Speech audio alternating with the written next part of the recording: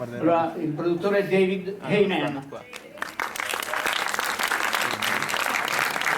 L'attrice Margot Robbie.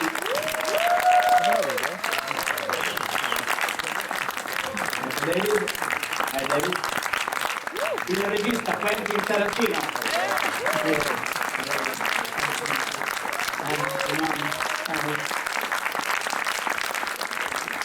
L'altro grande protagonista del film, Leonardo DiCaprio.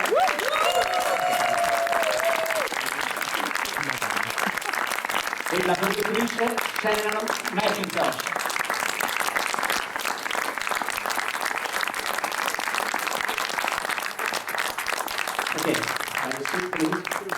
Allora, come sapete avete tutte le cuffie, chi non ha le cuffie naturalmente non le ha prese, ci sarà la traduzione simultanea della conferenza e questo ci dà la possibilità di essere naturalmente più veloci. Credo che anche le cuffie degli ospiti siano già tarate naturalmente.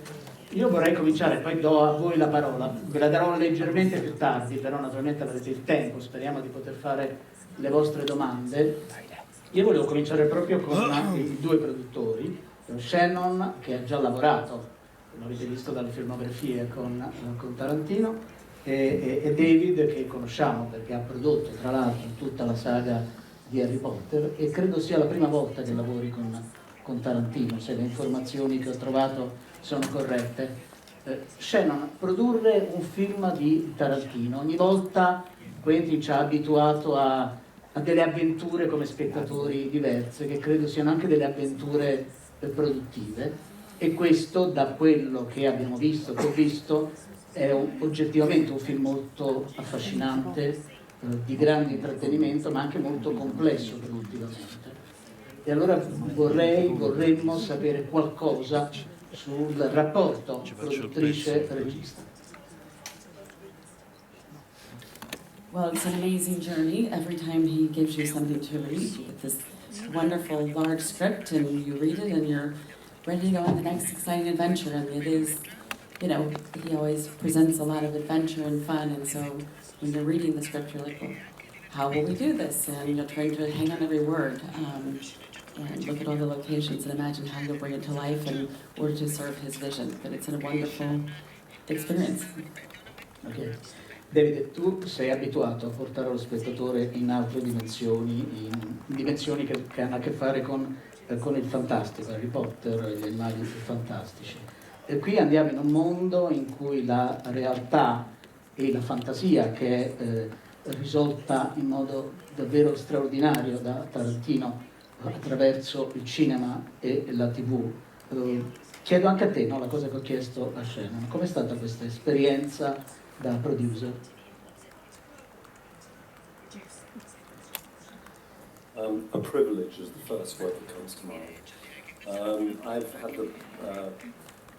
had the fortune to work with some remarkable directors in my career, but this has been a truly unique experience. Quentin is a master filmmaker. He has control over every single aspect of the production. When you read his script, there is such detail, it's like reading a novel. And then, as you see him bringing it to life with just this incredible family in front of and behind the camera, his attention to detail, his endless invention, and yet at the same time, the ease and with which he does it, creating an atmosphere of excitement, of possibility and of inclusivity. He creates through, I've worked with many directors who create through pain. Quentin creates through pleasure, and it has been one of the greatest experiences of my career. Ok, mi sembra una definizione magnifica che useremo naturalmente spesso dei registi, no, che appunto possono creare dolore, disagio, invece il piacere che garantisce Tarantino. Leonardo DiCaprio, questa è una delle tue grandi interpretazioni, no? Ieri sera la reazione, io l'ho vista ieri sera, no? con il pubblico, ed è sicuramente una performance, Quentin vedo che è d'accordo, che resterà nella storia del cinema. La cosa interessante credo che sia che tu qui interpreti così un attore al tramonto, chissà quanti ne hai incontrati nella tua esperienza di attori. Tu sei uno degli attori fondamentali in questo momento ad Hollywood e non solo ad Hollywood, e questo tuo personaggio, a questo personaggio tu regali la debolezza, la commozione, l'insicurezza. Ci parli un po' di questa sfida di fatto?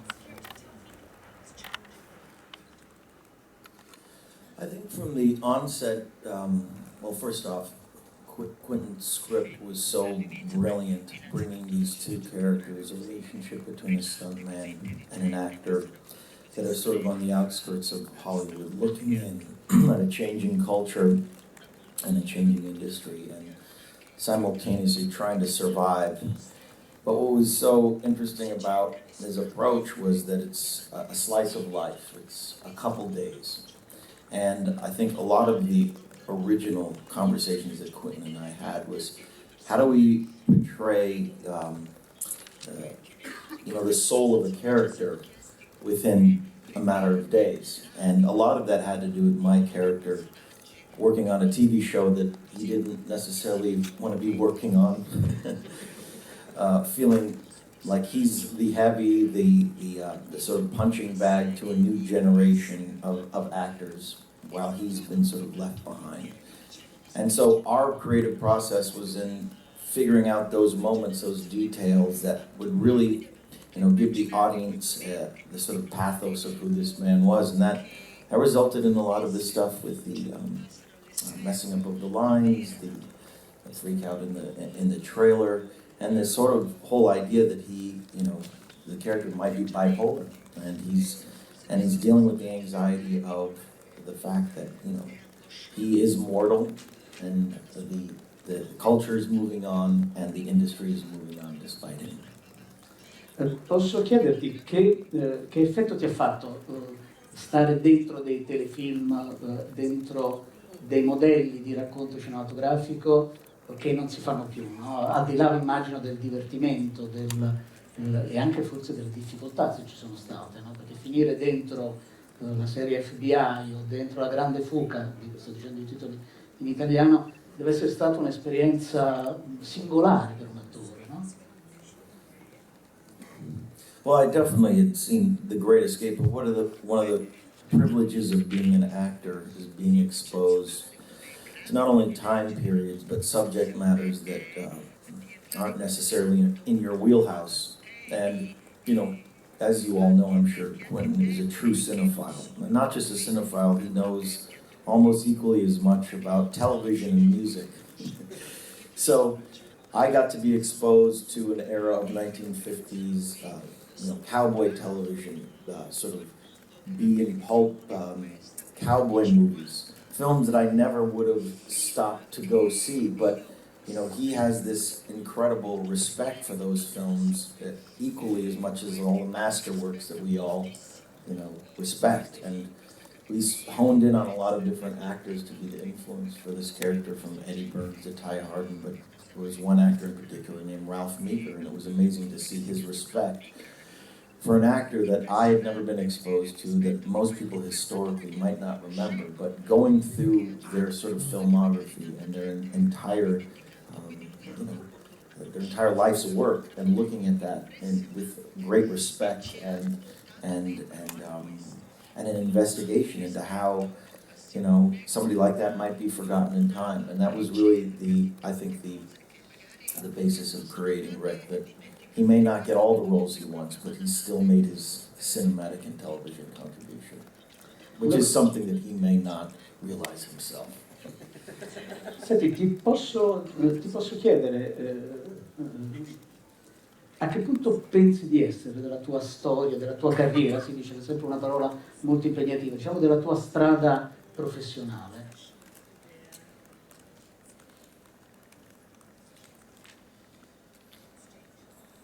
Myself, Yeah. personally? To put it, as bluntly as I can, I grew up very young watching films, and I never feel like I will be able to achieve what my heroes have achieved ever. So it's this constant race to try to better myself, to try to work on, you know, better movies, better characters, do as much as I possibly can because they have done so much and I'll never feel equal. So that's how I feel. Luca, un'altra domanda, poi tra poco mi taccio, vi rassicuro. È una domanda che vorrei fare sia ne ho due, almeno per Margot, a Quentin e anche a Leonardo. Naturalmente Quentin era poco più che un bambino nel 1969, Margot e Leonardo non erano ancora nati. Lavorando a questo film, forse recuperando a volte su un canale televisivo o al cinema, quello che Hollywood e le televisioni hollywoodiane, non solo hollywoodiane, anche newyorkesi, producevano in quegli anni, vedendole ora, che sensazione vi fanno? Al di là di qualcuno ha scritto, secondo me, da Cannes, un critico, credo britannico, di una nostalgia piena di tenerezza, però al di là, mettiamola da parte per un attimo, vedendo quelle storie, ora, adesso, nel 2019, che effetto vi fanno? Margot? I think in some ways I'm very happy to be working in the era that I'm working in, and I feel like so many roles these days, females, are so exciting and kind of groundbreaking, but it's not that that didn't exist back then. I think it was, I maybe more shocking back then, but watching films from the 60s, 70s, 50s, there's still so many films I absolutely love, and I know Hollywood's changed a lot, especially in the time period that this film takes place, the shift between 65 and 69 kind of, paved the way for the 70s and all the movies that came then, and I think Hollywood's going through a similar sort of shift, and content is again seeming groundbreaking and exciting. But no, I adore movies from that time period as much as I do now. Okay, thank you. Quentin? Well, some of the movies we talk about in this film, I actually saw in '69, or maybe I saw them in 1970 and the lower half of a double feature, because movies could hang around for a year in the theaters back then. So, like in the case of The Wrecking Crew, I saw that. I saw that when it came out when I was 6, and it was actually interesting. I remember. I obviously knew who Dean Martin was because I was already a fan of Dean Martin and Jerry Lewis movies. And he was just one of the biggest celebrities in the world at that time. Everyone knew who he was, even a 6-year-old. I went and saw, my parents took me to see it, and I was completely taken with Sharon Tate in that movie. If you've ever seen the movie, she gives a very funny performance. She plays this kind of klutzy secret agent. And she had a gift as a light comedian that was actually pretty good, and it was even fun watching her kind of execute these pratfalls and execute this kind of slapstick comedy.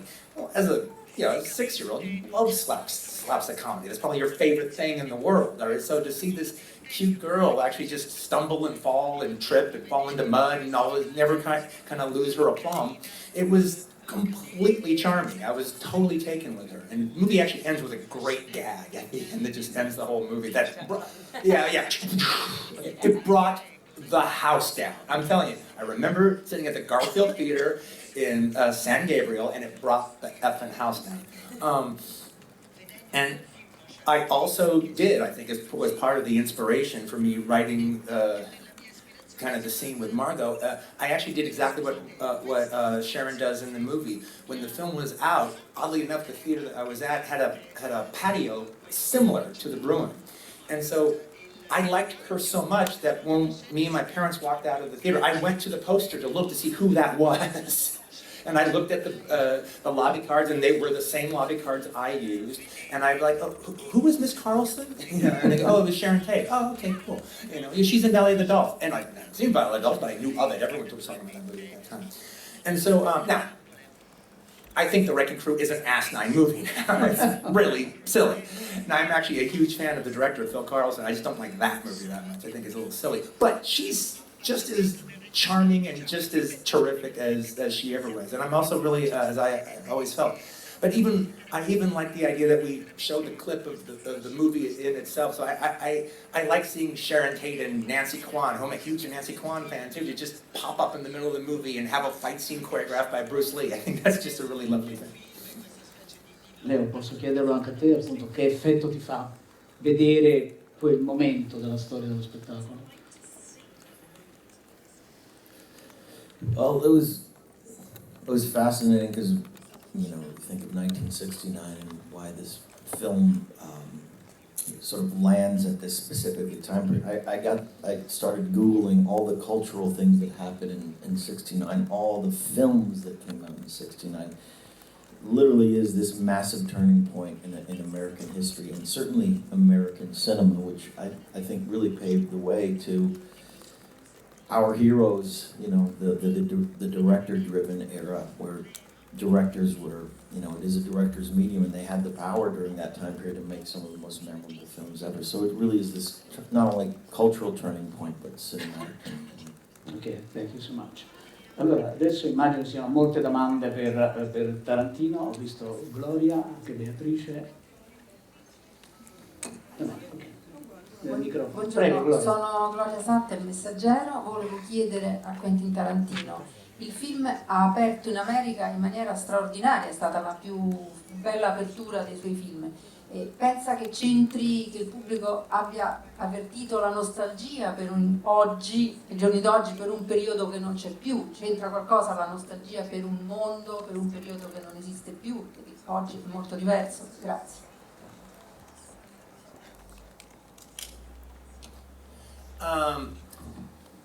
Yeah, I think it's a combination of it's an interesting subject matter. It's different. There's no other movie coming out this year that kind of deals with anything like that, so it has the benefit of being unique.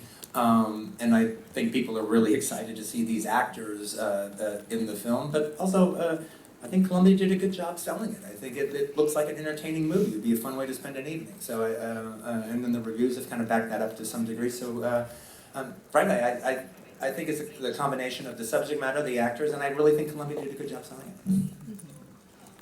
Beatrice, prego. Sì.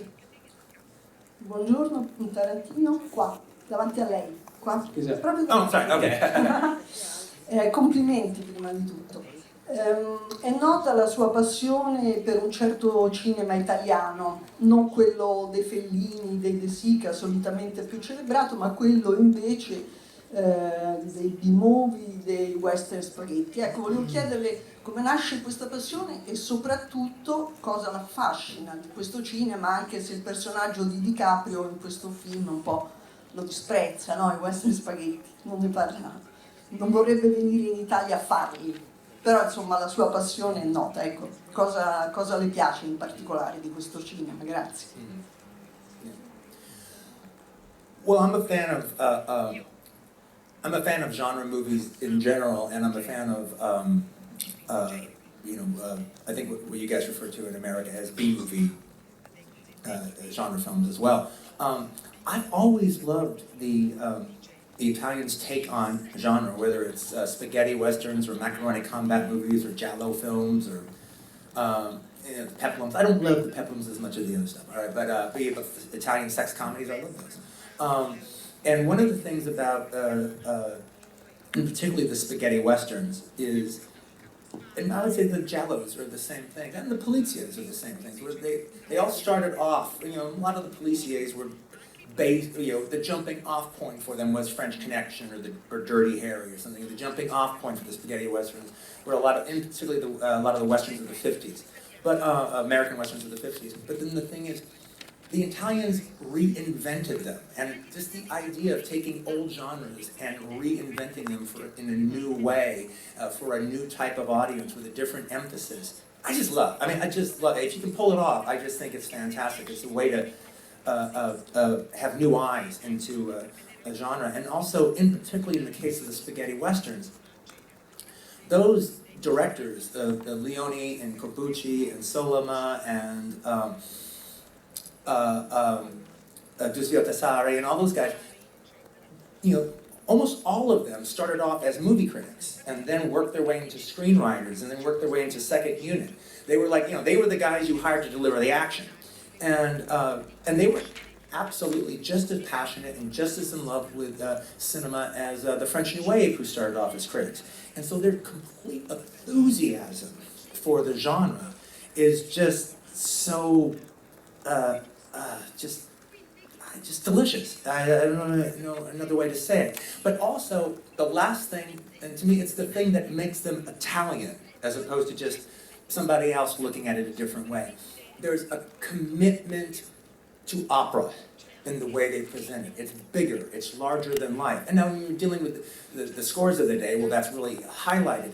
But I love the operatic quality of it. I like the larger than life, the vague surrealism. When I first discovered, after seeing them the first book I ever read about spaghetti westerns was like around late '79. And it was this book out of England, and it was called Spaghetti Westerns, the Opera of Violence. And I think I've been trying to do the opera of violence my entire career. Antonello, scusa, posso chiedere io, se mi autorizzate, se poi hai una domanda per Margot, che ho un paio di cose, poi c'è anche Fulvio. Avevo una domanda per Tarantino. Ok, allora sentiamo e poi volevo chiedere un paio di cose. Sarò rapidissimo. Volevo fare i miei complimenti a Quentin Tarantino per questo bellissimo film e chiedergli se dopo aver fatto finire un anno e mezzo, dopo aver fatto finire un anno e mezzo prima la seconda guerra mondiale in Inglourious Basterds e aver fatto morire in questo film i veri cattivi, ha una terza di scrittura della storia in programma. Sono bellissime queste storie, peccato che è andata diversamente. Well, actually, I kind of feel that what you're referring to, I feel this is the third film. I feel Bastards was the first, and Django was the second, and this is the end of that trilogy. Allora, Fulvia, prima di darti, se hai una domanda per Margot, perché volevo chiedere un paio di curiosità. Margot, una delle tante scene emozionanti del film è quando tu entri al cinema a vedere quel film che in Italia abbiamo tradotto in modo assurdo: missione compiuta, stop, bacioni, materna. Questa è la creatività del, non so come si possa tradurre, no? È un titolo assurdo. È così, hai ragione. Perché quindi uno può anche non andare al cinema e ride solo. Well, the Inglourious Basterds Italian title is That Damned Armored Train. What the fuck is that about? Allora, volevo dire che la scena è una scena molto, molto tenera, molto anche un po' malinconica. Tu sei bravissima in quelle scene come nel resto del film, come tutti gli attori, veramente. Quentin, come sempre, di fronte a un cast importante riesce, no, ad essere al timone di questa nave in modo sempre molto convincente. Ci racconti un po', ci porti sul set quando avete girato questa scena e le emozioni che hai provato al di là del personaggio.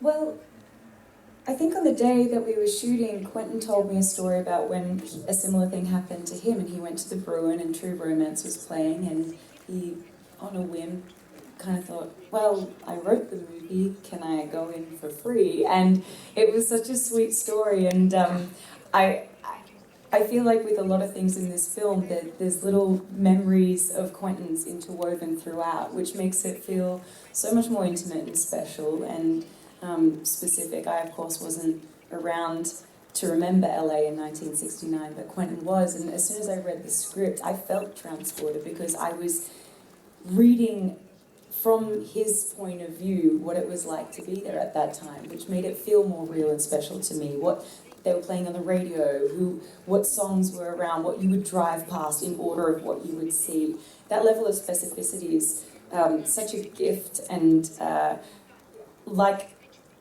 beyond that, there was little left to the imagination in just the creation of the world, because Quentin doesn't rely on digital and CGI. It really is all there in front of you, which I have to say, being on sets these days, it doesn't really happen anymore. I mean, it happens to an extent, but only for the, maybe 3 meters in front of you. After that, everything's green screen and someone's going to fix it later. But I can't tell you what a joy it was, not just to be in that scene in the movie theatre and actually be at the Bruin and know that Quentin had a similar experience there, but to be in Hollywood in 1969, because it felt like I was in Hollywood in 1969 throughout this entire shoot, was one of the greatest joys of my career. I don't know if I'll ever walk onto a set and have that sort of, feel like I'm transported like that ever again. Thank you. Fulvio, scusatemi se Buongiorno, Caprara della Stampa, complimenti per questo film magnifico. Volevo chiedere 2 cose: quanto dal suo punto di vista la Hollywood di oggi è diversa da quella di allora, se dovesse dire una cosa in cui è particolarmente cambiata, e poi se lei crede davvero in fondo che il cinema possa mutare la realtà.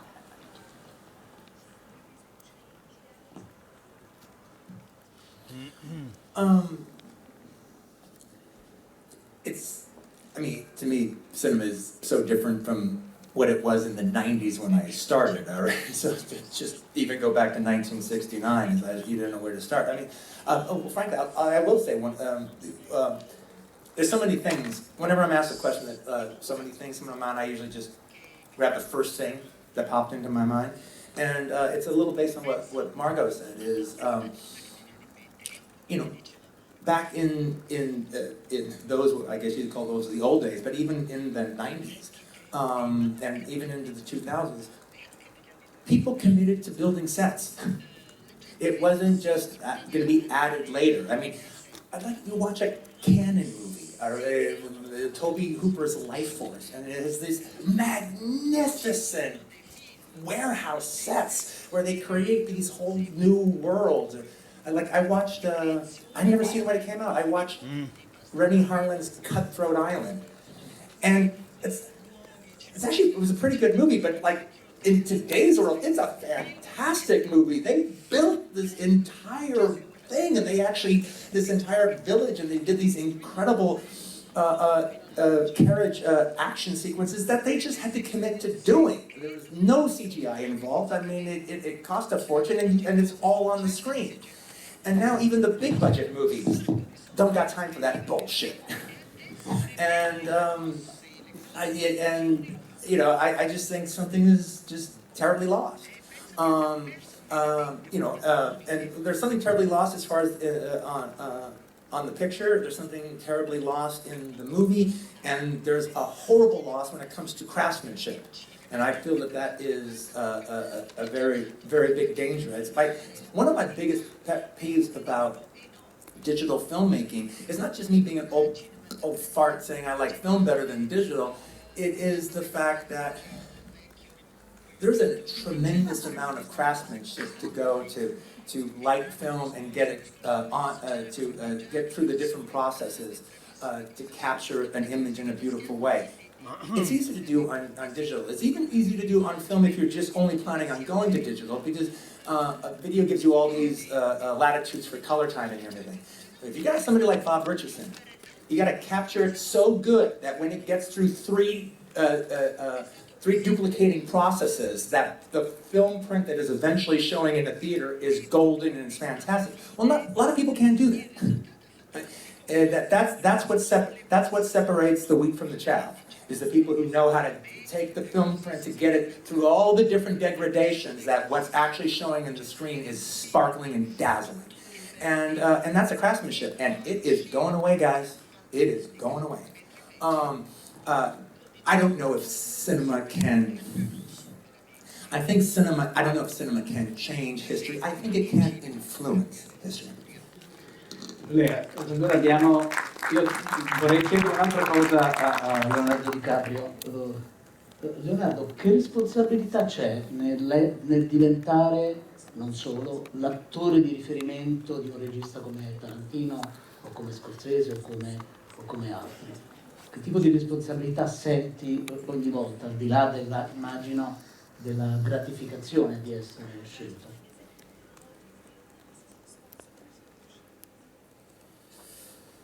Boy, I think if I took even the term having responsibility would be too intimidating to even do my job. Responsibility, I mean, quite honestly, you know, I grew up a fan of movies and cinema. I grew up, and every young actor that speaks to me about wanting to be part of this industry, whether they want to be a director or an actor, the first thing I tell them is, go out and watch as many films as you possibly can. Find your heroes, find your influence, create, you know, create your own identity through, we stand on the shoulders of giants, as they say.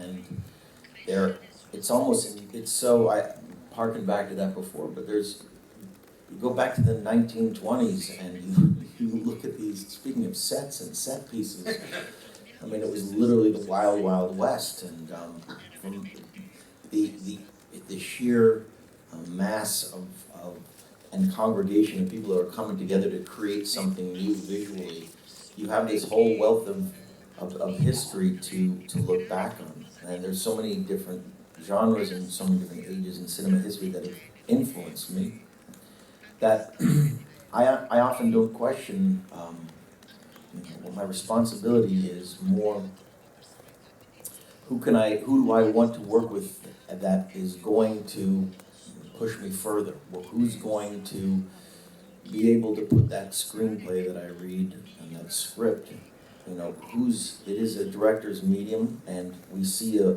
cinema through the director's eyes, and who's going to best be able to take your performance or that screenplay and give that audience that rare feeling of actually being connected with that celluloid that's up on the screen, and that's a rare gift. So it's always been director-driven. It's a director-driven medium for me, so that's what I've been attracted to. Thank you.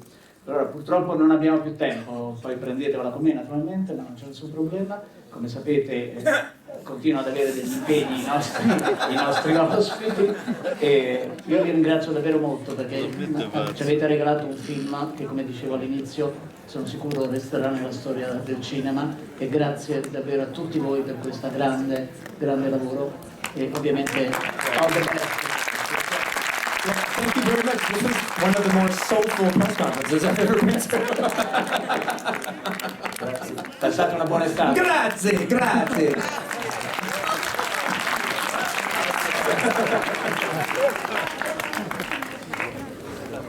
Vabbè, è andata così. È andata così.